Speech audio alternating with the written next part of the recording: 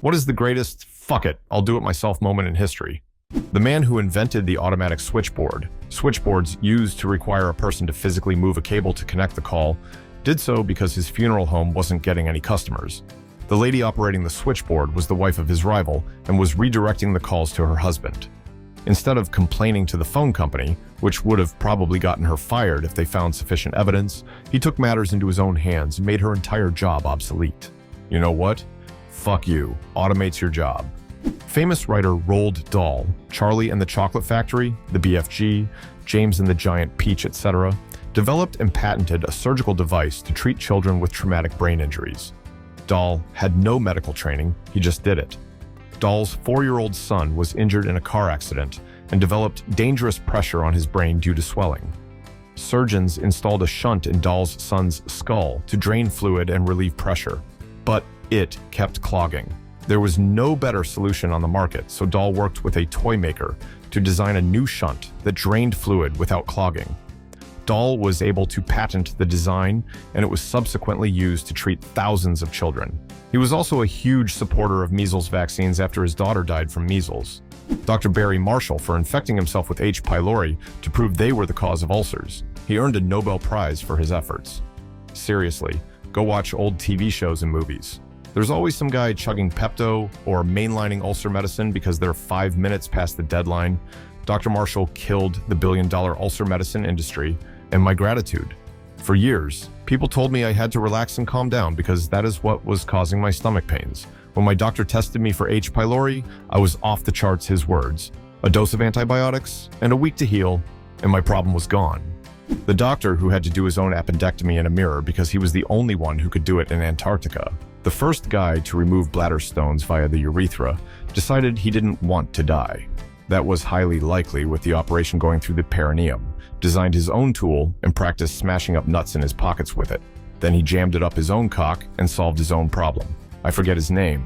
Yeah, I think I'll just die, thanks. In 1959, Dashrath Manjhi's wife died from injuries resulting from trying to cross the mountain to access the closest hospital. There was no road, so he, over the course of over 2 decades with a hammer and chisel, moved the fucking mountain. His country, India, made a postage stamp with the Mad Lad's face on it. Dude swore vengeance on a damn mountain and won. There is a movie made on him as well. He literally woke up every day for 20 plus years and went to the mountain with the hammer. It was 55 kilometers drive. From village to closest town with facilities, it's around 15 kilometers now.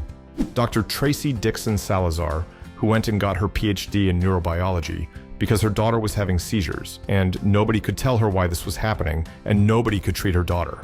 She found a treatment when nobody else could. Incredible woman. Martine Rothblatt was similar. Her daughter had pulmonary hypertension, blood pressure so high it damages organs, for which there was no real treatment, so she developed one, and it's still used today. Didn't Lamborghini start making supercars because the owner tried to buy a Ferrari and they wouldn't sell to him? He thought the clutch was garbage. Met with Enzo Ferrari to complain about the clutch and what he believed could be done to make it better. Enzo dismissed him, saying that he should stick to building tractors. Wikipedia passage about the US soldier Audie Murphy at the Colmar Pocket in World War II. The Germans scored a direct hit on an M10 tank destroyer, setting it alight, forcing the crew to abandon it. Murphy ordered his men to retreat to positions in the woods, remaining alone at his post, shooting his M1 carbine and directing artillery fire via his field radio, while the Germans aimed fire directly at his position. Murphy mounted the abandoned, burning tank destroyer and began firing its .50 caliber machine gun at the advancing Germans, killing a squad crawling through a ditch towards him. For an hour, Murphy stood on the flaming tank destroyer, returning German fire from foot soldiers and advancing tanks, killing or wounding 50 Germans. He sustained a leg wound during his stand and stopped only after he ran out of ammunition. Murphy rejoined his men, disregarding his own injury, and led them back to repel the Germans. He insisted on remaining with his men while his wounds were treated. He was 19 years old when this occurred. North Korea attempted to hack someone who used to do cybersecurity for the Department of Defense in an attempt to steal some of his hacking software. He notified the FBI, and after waiting a year for nothing to come of it, he decided to hack into servers and routers of North Korea and effectively took down their internet, as well as virtually all of their sites for many days. Newton inventing calculus. He was trying to solve problems that were unsolvable or very tedious to solve.